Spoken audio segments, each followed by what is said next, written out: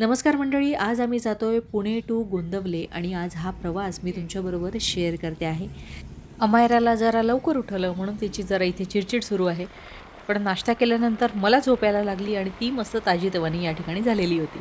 आमचा नेहमीच हा प्रयत्न असतो की पुण्याचं ट्रॅफिक लागण्याच्या अगोदर आपण घरातून निघायला हवं. मग ते कुठेही जरी जायचं असेल ना तरी आम्ही हा नक्कीच प्रयत्न करतो. गुरूंचं घर हे आपलंच घर आणि गोंदवले हे आमच्या गुरूंचं ठिकाण, त्यामुळे तिथे जायची ओढ काही वेगळीच असते.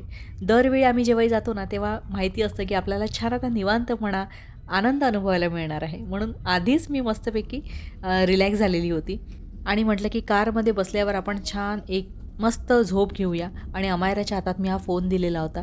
ती पण आजकाल खूप छान शूट करायला लागलेली आहे, त्याच्यामुळे मला जास्त काळजी करण्याची गरज नाही. आपल्या हळूहळू का होईना अमायरा छान छान शॉट्स घेत असते आणि माझ्या व्हिडिओलासुद्धा मदत करत असते. पुणे टू गोंदवले 160 किलोमीटर होतात आणि तिथे जाण्यासाठी आम्हाला दरवेळी 3.5 ते पावणे 4 तास त्या ठिकाणी लागतात. ट्रॅफिकनुसार कमी जास्त होतात, पण एक अंदाजे त्या अकॉर्डिंगच आम्हाला नेहमीच वेळ लागतो. आणि कारमध्ये बसल्यानंतर हनुमान चालीसा आणि त्यानंतर एक एक छान छान भजन आम्ही ऐकत ऐकत हे ठिकाण गाठतो. त्यामुळे एवढा वेळ कसा निघून जातो कधी-कधी आम्हालाच कळत नाही. यावेळी तर विचारूच नका. यावेळी तर अख्खा वेळ माझा लिटरली झोपण्यात गेलेला आहे. कशी काय मला झोप लागली मला काहीच माहिती नाही. हा मला टेडी पहिल्यांदा मी याला पण घेऊन आलेली आहे. बाबा हॅलो म्हण.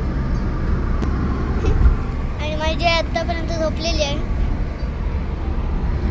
छान व्ह्यू आहे. आता आम्ही पोचलेलो आहे पूर्ण डोंगरावर पोचलेलो आहे आपण.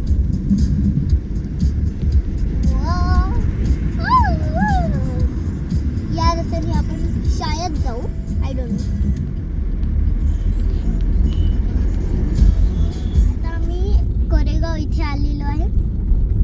हा व्लॉग जरी असेल तरी पण या व्लॉग थ्रूसुद्धा मी तुम्हाला तिथली बरीच माहिती देण्याचा प्रयत्न करणार आहे. त्यामुळे हा व्हिडिओ पूर्ण बघत राहा आणि आरामातच माझा हा पूर्ण प्रवास झालेला आहे. आणि अशा प्रकारे आम्ही इथे येऊन पोचलेलो आहोत. म्हणजे अमायरा तर बघा टेडी बिअरला घेऊन आली यावेळी.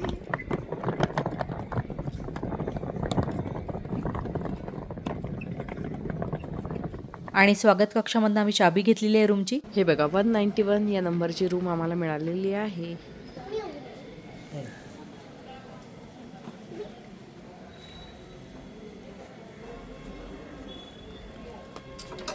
उघड म्हणून.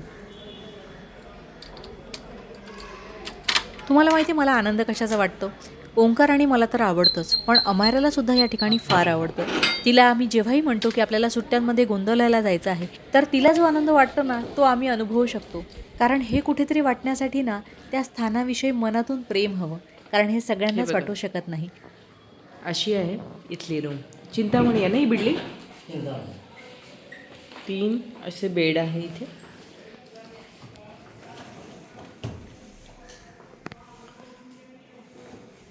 इथे चेंजिंग रूम आहे जी तुम्हाला व्हाईट दिसते ते, आणि तिकडे 2 संडास बाथरूम आहेत.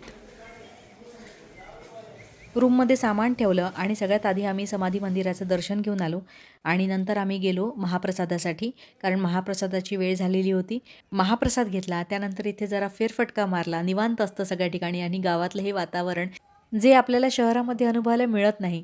त्यानंतर आम्ही गेलो गोशाळेमध्ये. आता या गोंदवल्याच्या गोशाळेची पण ना खूप छान माहिती या ठिकाणी दिलेली आहे, ती मी तुम्हाला सांगते. गोंदवल्यास गोशाळा बांधून त्यामध्ये गायी ठेवण्याची व्यवस्था श्री महाराजांनी केली होती.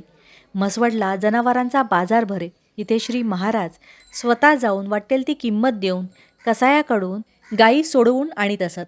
ते स्वतः गोशाळेत जाऊन बसत व नेहमी तेथे झाडलोट करीत. देह ठेवण्याच्या आदल्या दिवशीच श्री महाराज गोशाळेत गेले होते. ते भवानरावाला म्हणाले, ही जागा फार छान आहे. येथे कायमचे येऊन राहावे असे मला फार वाटते. गायींचे ना महाराजांवर फार प्रेम होते. सगळ्यांना गोसेवा करण्यास सांगून शेतकऱ्यास गायींचे किती महत्त्व असते हे श्री महाराज समजावून देत. आणि महाराज म्हणत, गायींमध्ये ना मानवी भावना असते. किती छान ना. हे वाचल्यावर कोणालाही अजून प्रेम वाटावं या स्थानाविषयी, नाही का? त्यानंतर आम्ही गेलो थोरले श्रीराम मंदिर. समाधी मंदिरापासून अगदी 2-3 मिनिटाच्या अंतरावरच हे आहे थोरले श्रीराम मंदिर आणि याचंही काही विशेष महत्त्व आहे, जे मी तुम्हाला आज सांगणार आहे. महाराजांनी स्वतः 1892 साली या थोरले श्रीराम मंदिराची स्थापना केलेली आहे. नुसती स्थापना केलेली नाही, तर त्या रामावर इतके अलोट प्रेम करून दाखवले ना, की 3 वेळा त्या रामाच्या डोळ्यातून अश्रू उभे राहिले. पहिल्यांदा 1897 साली जेव्हा श्री महाराज हे गाव सोडून नैमिषारण्यात जात होते, तेव्हा श्री महाराजांनी स्वतः या मूर्तीचे रुमालाने डोळे पुसून त्यांना म्हटले की मी नाही जात, तुम्ही रडायच्या आधी थांबा. तेव्हा अश्रू थांबलेले होते. त्यानंतर दुसऱ्यांदा 1909 साली महाराजांना प्लेगची बाधा झालेली होती. अंगात खूप ताप भरलेला होता. शेज घरात कणहत पलंगावर पडून होते. त्यावेळी भजन करीत असलेल्या एका भक्ताचे लक्ष या मूर्तीकडे गेले. त्यावेळीसुद्धा श्रीराम रडत होते. तेव्हा त्या भक्ताने श्री महाराजांना हे येऊन सांगितले आणि महाराजांनी स्वतः पुन्हा एकदा श्रीरामाच्या डोळ्यातील हे अश्रू पुसले. तेव्हा त्यांचे अश्रू थांबले. आणि तिसऱ्यांदा म्हणजे 20 डिसेंबर 1913 साली, तो दिवस म्हणजे देह ठेवण्याच्या अगोदर 2 दिवस श्री महाराज भजन करीत असताना पुन्हा रामाने डोळ्यातून पाणी काढले होते. रामरायाचे श्री महाराजांच्या भजनावर अत्यंत प्रेम होते. एकदा बऱ्याच मंडळीबरोबर श्री महाराज भजन करीत नाचत होते. भजन अगदी रंगात आले असता रामाच्या हातातील बाण उडाला आणि श्री महाराजांच्या समोर येऊन पडला. त्यांनी तो उचलून आपल्या कपाळाला लावला आणि म्हणाले, 4 दिवस वारींच्या हातात बाण देऊ नका. गोंदवल्याचा राम अत्यंत जागृत आहे. माझ्या रामाला एकदा डोळे भरून पहा आणि नंतर घरी जा, असे श्री महाराज सांगत असत. तोच हा राम थोरले मंदिरातला. या मंदिरातील मारुतीची जी मूर्ती आहे ती महाराजांनी स्वतः स्वहस्ते बनवून स्थापन केली आहे. हे जे तुम्ही बघत आहात हे आईसाहेबांचे शेजघर आहे, म्हणजे जे महाराजांच्या पत्नी होत्या त्यांचे. आणि हे श्री महाराजांचे शेजघर, म्हणजे या ठिकाणी ते विश्राम करीत असत. हे बघा, तुम्ही बघू शकता त्यांचे वस्त्र, त्यांचा जो पलंग होता ते सगळं या ठिकाणी तुम्हाला बघायला मिळतं.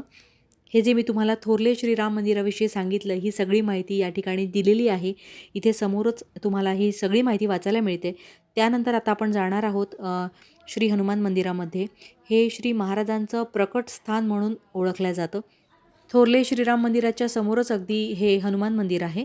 आणि या हनुमान मंदिराचा ऐतिहासिक संदर्भ असा आहे ना, की श्री ब्रह्मचैतन्य गोंदवलेकर महाराज बालवयातच गुरुशोधार्थ घरातून बाहेर पडले आणि गुरुकृपा प्राप्त करून ब्रह्मचैतन्य नाम प्राप्त करून ते गोंदवल्यास पुन्हा आले 1865 इंदूरहून येऊन याच मंदिरात त्यांनी आपला मुक्काम ठोकला. बरोबर 4 बैरागी शिष्य होते. त्यांनी या मंदिराच्या ओट्यावर धुनी पेटवली. श्री महाराज सिद्धासन घालून येथे बसले. मंदिरात कोणी महात्मा आला आहे ही वार्ता सगळीकडे पसरली. गावचे सर्व लोक त्यांच्या दर्शनास येऊ लागले. संध्याकाळी त्यांचे आईवडील सुद्धा त्या ठिकाणी आले. आपल्या आईवडिलांचे श्री महाराजांनी मनोमन दर्शन घेतले. नंतर बरोबर 1 वर्षाने पुन्हा ते तिथे आले आणि त्यांनी आपले स्वरूप लोकांच्या पुढे प्रकट केले. मी जेव्हा जेव्हा या ठिकाणी येते तेव्हा ही सगळी माहिती पुन्हा पुन्हा वाचते, पण कोणत्याच व्हिडिओमध्ये मी तुम्हाला ही सांगितलेली नव्हती. म्हणून वाटलं की या व्हिडिओमध्ये आपण नक्कीच आपल्या सबस्क्रायबरपर्यंत ही माहिती पोहोचवूया. आता आपण आलो आहे धाकटे श्रीराम मंदिर. हे मंदिरसुद्धा त्या 2 मंदिरांपासून अगदी जवळ आहे. आता या मंदिराची माहिती ऐकूया. श्री महाराजांनी इसवी सन 1811 साली स्वतःच्या राहत्या वाड्यात थोरले राम मंदिर उभारले. भक्तांचा ओघ सतत वाढत राहिल्याने ते मंदिर अपुरे पडू लागले. म्हणून श्री महाराजांनी 1894 साली या ठिकाणी राम मंदिर बांधले. त्याला सर्वजण धाकटे श्रीराम मंदिर म्हणू लागले. काशीच्या त्यांच्या या एका भक्ताने श्रद्धापूर्वक दिलेल्या श्रीराम, सीतामाई आणि लक्ष्मण यांच्या मूर्तीची त्यांनी तेथे प्रतिष्ठापना केली आणि 2002 या मंदिराचा जीर्णोद्धार करण्यात आलेला आहे. अजून बरीच माहिती या ठिकाणी आहे, पण शॉर्टमध्ये मी ही सगळी माहिती सांगण्याचा तुम्हाला प्रयत्न केला. तर कशी वाटली तुम्हाला ही माहिती मला कमेंटमध्ये नक्की सांगा. 2 दिवस आम्ही या ठिकाणी यावेळी राहिलो आणि या दोन्ही दिवस अशा पक्ष्यांचा थवा सतत या ठिकाणी घिरक्या मारत होता. तुम्ही बघू शकता किती सारे पक्षी आहेत या ठिकाणी, किती मोठा हा थवा आहे. असं वाटत होतं जणू त्यांनासुद्धा इथली पॉझिटिव्हिटी जाणवत असावी आणि त्यामुळेच ते सुद्धा सतत या ठिकाणी येत आहेत की काय असं वाटायला लागलं. गुरूंचं आपल्या आयुष्यात खरंच खूप महत्त्वाचं स्थान असतं. गुरु आपल्याला योग्य दिशा दाखवतो. तो गुरु कोणीही असू शकतो, आपल्यापेक्षा लहान, आपल्यापेक्षा मोठा, पण आयुष्यात जर गुरु असेल तर आपल्याला लवकर दिशा सापडते. तुम्ही कोणत्या गुरुला मानता का? तुमचे गुरु कोणते? मला कमेंटद्वारे नक्की कळवा. आणि तुम्ही हा व्हिडिओ कोणत्या शहरातून बघत आहात ते जर मला कळलं तर मला कळेल की आपला हा व्हिडिओ कुठपर्यंत पोहोचला आहे ते. मी यापूर्वीसुद्धा माहितीपूर्ण गोंदवल्याचा व्हिडिओ केलेला आहे.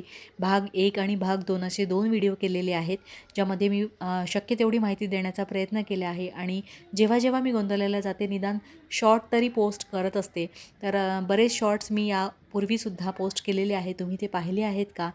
तुम्हाला या ठिकाणाची अजून माहिती हवी असेल तर तुम्ही माझा या अगोदरचा जो गोंदवल्याचा केलेला व्हिडिओ आहे तो नक्की बघा, तुम्हाला बरीच माहिती मिळेल. आणि त्याच्या डिस्क्रिप्शन बॉक्समध्ये सुद्धा मी शक्य तेवढी माहिती लिहिण्याचा प्रयत्न केलेला आहे, तर तो सुद्धा जाऊन तुम्ही बघू शकता, चेक करू शकता, वाचू शकता.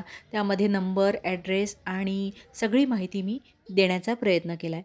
2 दिवस या ठिकाणी छान राहून झाल्यानंतर आम्ही जेव्हा घरी जायला निघालो, तेव्हा अगदी थोड्याच अंतरावर आम्हाला ना सूर्यफुलाची शेती दिसली. ती इतकी छान वाटत होती बघण्यासाठी म्हणून ती या ठिकाणी थांबलेलो होतो. शेताचा छान आनंद घेतला. तिथल्या काही वासरांबरोबर आम्ही खेळलो आणि निघालो परतीच्या प्रवासाला. हा व्लॉग तुम्हाला आवडला असेल तर लाईक, कमेंट, शेअर, सबस्क्राईब नक्की करा. भेटूया अशाच छान छान व्हिडिओजमध्ये. तोपर्यंत जय श्रीराम.